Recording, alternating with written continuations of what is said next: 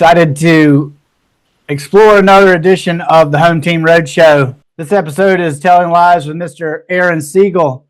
He hails from the ATL and is a graduate of the University of Georgia and the Culinary Institute of America, and spent many years in fine dining. Yeah. And before he founded Home Team, Fiery Ron's Home Team BBQ in Charleston, South Carolina in 2006. Proud husband, proud father, and a longtime Home Team advocate, Mr. Aaron Siegel. Aaron, what is the good word, sir? Oh, man, I'm just glad to be here, Russ. I appreciate you having me. Yeah, man, this is fun. We're getting to explore everybody's home team lies and what home team means to you and your family. Tell me about where you first experienced home team. I mean, obviously you went to University of Georgia. You said that was from 92 to 96. What was your earliest home team memory?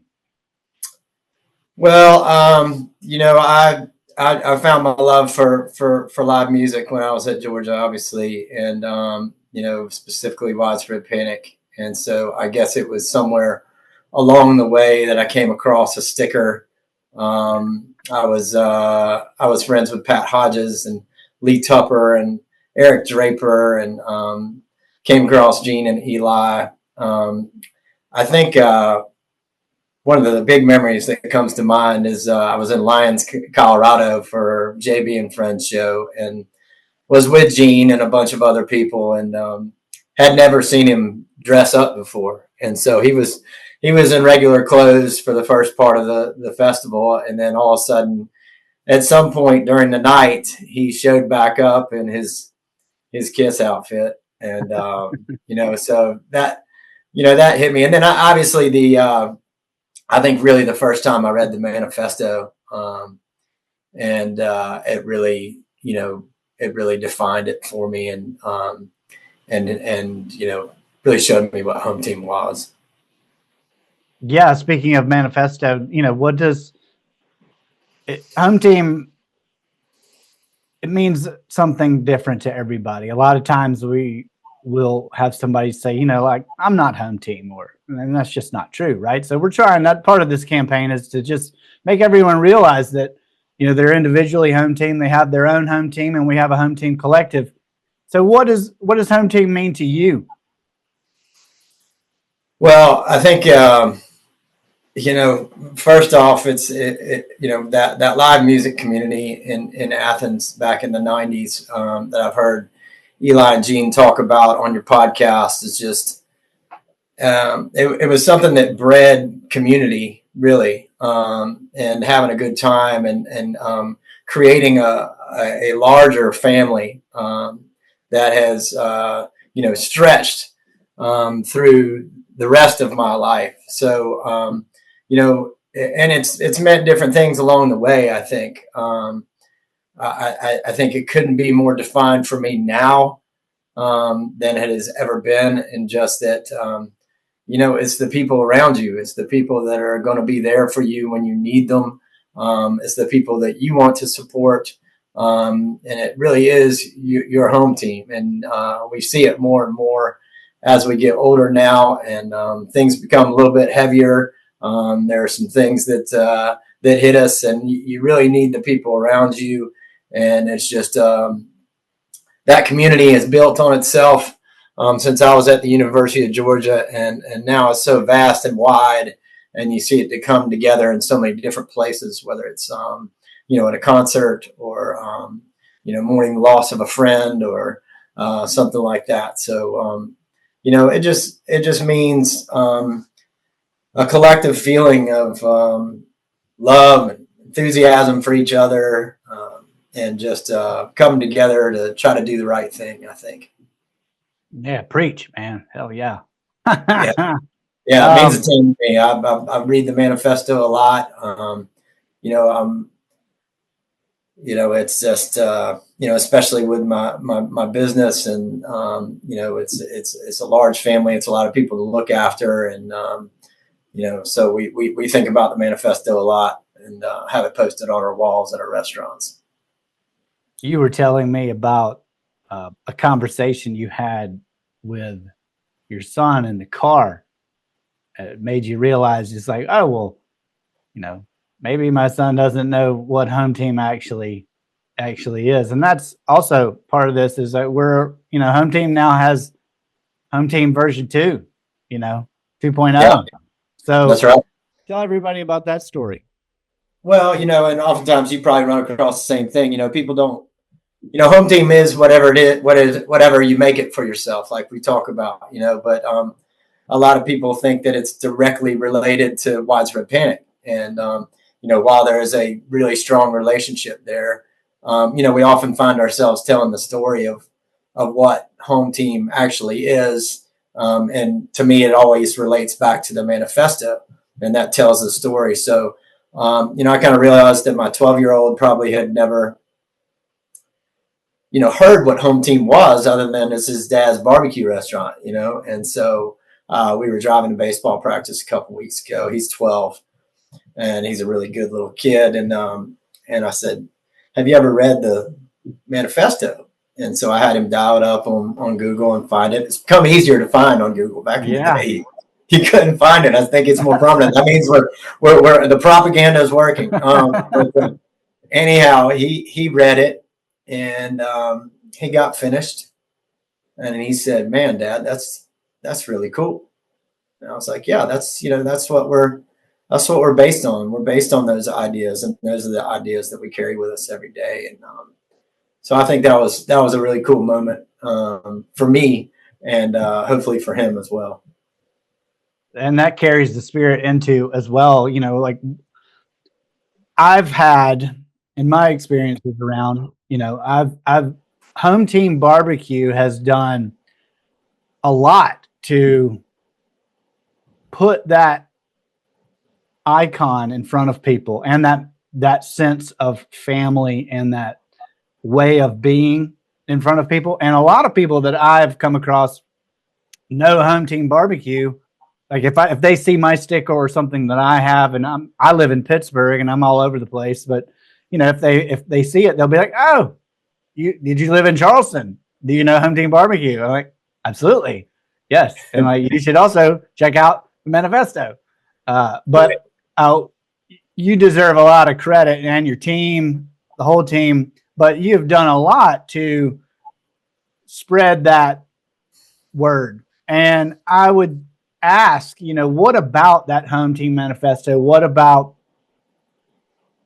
home team itself that sparked you to use that name? Well, I think it was, just sort of, I didn't know what I was going to name it. I didn't know, I had started out with, there's a friend of mine, Lindsay Nevin, who purchased the property that we opened the first restaurant, was very instrumental in helping me get started. And his nickname's Bird. And so I thought about Bird's Barbecue. He was like, no, I'm not doing that. And then I started thinking about how, how the whole thing came about and how it was made possible. And, it was really made possible through, through friends and family support, whether it be, investing in the restaurant itself. I couldn't get a loan. And so I realized I had to raise some money, and who was I going to raise that money from? And, seeking out people that were supportive. And then obviously once we got open, and before we got open, I was supported by a lot of the friends that I've had over the years.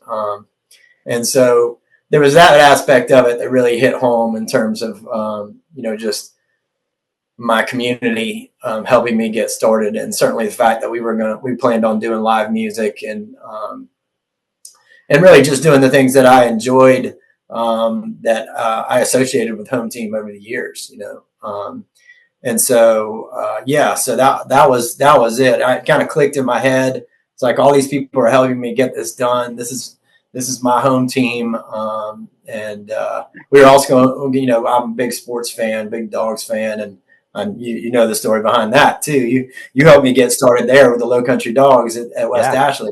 And so it all kind of fit together.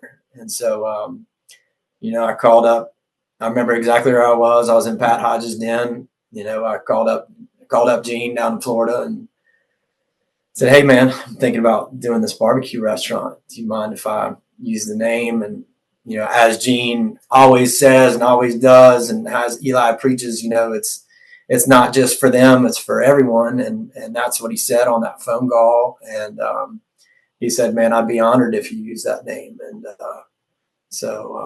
it just fit, and it continues to fit better and better every day. It's just I'm very grateful to Gene and Eli for all they did, and also allowing me to use the name. It's a responsibility. I feel like it's a responsibility. I think about that. I think I have a responsibility to live up to this thing up here.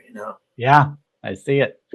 It really shows in the restaurant, in the people that work there, everybody.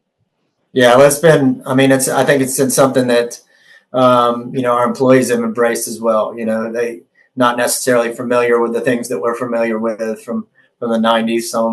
Lots of them weren't even born yet. So, when I think they've really bought into it, and whether they know the manifesto or not, or the history behind it, they bought into sort of that feeling. It's a mindset. It's a feeling, right? And so hopefully people get it when they enter our organization and stay for a while, get to know us. Tell me about tell some lies. So the ones that you can tell, that you can tell that your kid can listen to. No, but there's been a lot of fun along the way. And what are one or two of your favorite home team memories? Well, I got to tell you that the probably my most favorite memory is recently. I had my 50th birthday a couple years ago. This month, and Panic came to Credit One, so I was able to use it as an excuse, my birthday and widespread, to bring a bunch of people to Charleston. And we had a little party the day of the Saturday show, and a bunch of people from different places in town, a bunch of people from in town. We gathered them all, and it was such a cool group of folks. And Gene showed up, and Gene showed up with, if you know Home Team well, it started out green and white. It was a green background with the white letters, and the black and white came along later. And he brought me this sign, this framed sign. It was a green Home Team with his little kiss sticker in the middle of it, and he wrote this wonderful note on the back of it. It was just basically thanking me for carrying on, the spirit behind Home Team, and he gave it to me personally, and he said, "This is the first sign that I ever made," and I was blown away, and I've got it in our conference room, in our office, hanging on the wall, and it was a huge deal to me. I mean, Gene, anybody that knows Gene, he's just a wonderful human being and thoughtful, and been through some tragedy in his life, and certainly used his Home Team, but that just meant a ton to me. That's a good one. It's not too super lighthearted, but it was wonderful. For me, I'm going to attribute Panic's resurgence of ribs and whiskey with Home Team Barbecue. That's my story, because right. It was they brought it back out of the closet around the time. At least for my memory, I haven't lived in Charleston for a little while, but they had a show down there or something, and I believe they were there, or I know you've catered a few events or something of that nature, and it just popped back out and it never left. Right. So it should be Home Team ribs and whiskey. Well, one of the coolest things that we've ever gotten to do, one of the great things is being able to serve the people that have kind of served us over the years. So, kind of serving our friends in the music world, and one of my favorite memories is doing Thanksgiving dinner for them. I Oh believe yeah. it was in 2008. They were playing at North Charleston Coliseum, and they wanted to do a Thanksgiving dinner, and we were closed on Thanksgiving, and so we got to cook for the crew, and I think everybody was there except for JB. But that was a really wonderful time, and just being able to feed all the folks that we love to go see and dance to and have a good time too. Some Home Team Barbecue has been fun over the years. That's good. What is speaking of live music and events? I know that Home Team does a lot of things besides the 5-star barbecue. What's Home Team up to right now that people can check out, and where can they check that out? Yeah. So we do 2 big events a year. One of them is Holy Smokes, which is a barbecue festival we created along with another gentleman in town that owns some barbecue restaurants, and a whole team of folks actually. But Holy Smokes is in the fall, and we raise money for Hearts for the Cause, which supports families with with children with pediatric brain cancer, and also the local Ronald McDonald House. And then we have some great music. We had Daniel Donato a couple years ago. We had 49 Winchester. And this year we're actually having Tish Mingo. So a little blast from the past. So that's always a fun event. Great. I mean, we got like 50 pit masters from across the country, some of the best barbecue in the country, and then some good music. So, and that's what we like to do. We like to try to raise money around the things that we have fun doing. So that's live music and food. And then we have another event in February. We just had it called Rock the Block. Similar setup, but it's right out in front of the other one's at Riverfront Park where Trondasa was.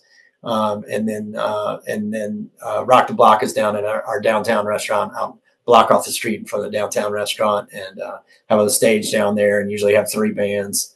We've had Paul Coffin in the past. We've had Kevin Kinney, had American Aquarium, had the Fantastic Negrito this year. Just a lot of cool bands. So those are 2 big events. If you want to come to Charleston and hang out with us, come hang out in the 3rd weekend of February or the 2nd weekend of November. Those are good ones. So they just kind of us doing what we do. But otherwise, we'll have spotty live music. We don't do as much live music as we used to. But mostly at our Sullivan's Island location and our downtown location. Sullivan's has a bunch of music during the summer. So are y'all headed back to Mempho Fest this year? Absolutely. It's one of our favorites. So we get to cook up there every year in the VIP section. We've got some friends that are restaurateurs out there and chef buddies of ours, and they always invite us to come up there. So we were up there the first year when Panic played, but they always have a really diverse lineup. And this year, it's amazing. This year they knocked it out of the park for sure. Yeah, it's that fun lineup on Friday, which is kind of old school, Galactic and Leftover and Bloodkin and Panic, and then Lucas Nelson on Saturday.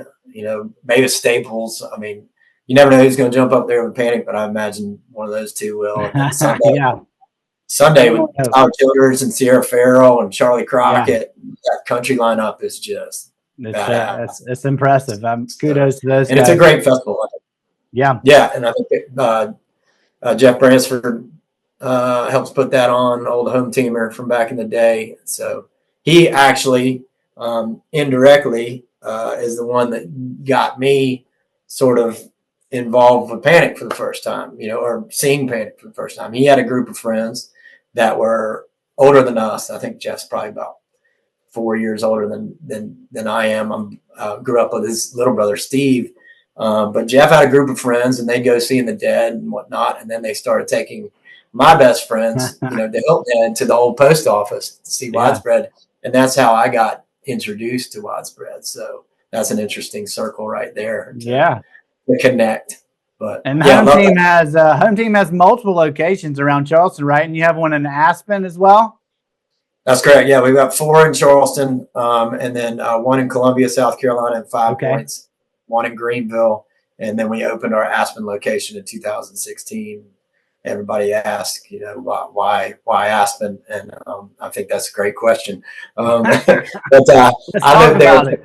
I lived there for 4 years after I Okay. graduated from the Culinary Institute, and worked out there. And one of my best friends from college, Chris Lantern, lives out there. I worked for him when I was out there, and as Home Team just kind of became, I guess, more successful and became a thing. He said, "Well, man, Aspen could really use, a casual, laid back restaurant like this where families can come and spread out, and it's not so hoity toity and expensive as all the other restaurants in Aspen." And I said, "You're crazy." The reason I left Aspen was because it was a hard place to open up a restaurant. I knew I might want to do that someday. So, but he found this place at the base of Buttermilk Mountain in this hotel with a really great space and relatively affordable rent, which is kind of unheard of. And so we opened that place in the fall of 2016. So, it's rolled along, and it's awesome because people come in town from other places, and they're always sending me pictures, and lots of people didn't realize there's a Home Team there, and then they end up there, and it's a neat thing. So yeah, that place has been open for 9 years now. So Congratulations on all that success to you and the whole team. Where can people find out more information? It's hometeambbq.com. Is that correct? oh yeah, HomeTeamBBQ.com is a good place. We're really active on Instagram too, so you can check us out there at Home Team BBQ. There's all the Charleston ones have the same handle, and then there's like a Home Team Greenville and a Home Team Columbia, Home Team Aspen, things like that. So, but yeah, definitely. And then when you're in Charleston a couple weeks, hopefully some people coming in town for Credit One, come see us. We got a couple bands rolling around that weekend. So that'll be fun. Yes, indeed. Aaron, I can't thank you enough for all you've done for the Home Team in spreading the gospel. It is a good gospel, and you spread it well. So much thanks, and thanks to your team. Please share this with them, and share my thanks and the sincere thanks of everyone. But you sum it up well, with saying it's a mindset and a way of being, and you absolutely exude that. So cheers to you. Thank you, brother. I appreciate it. And thanks for what you're doing. These first couple episodes have been great. I think a lot of people just don't understand exactly what Home Team is all about. So it's great to hear Gene and Eli and Sammy talk about these things. So appreciate you and what you're doing with this podcast. Yeah. Cheers, brother. Thank you.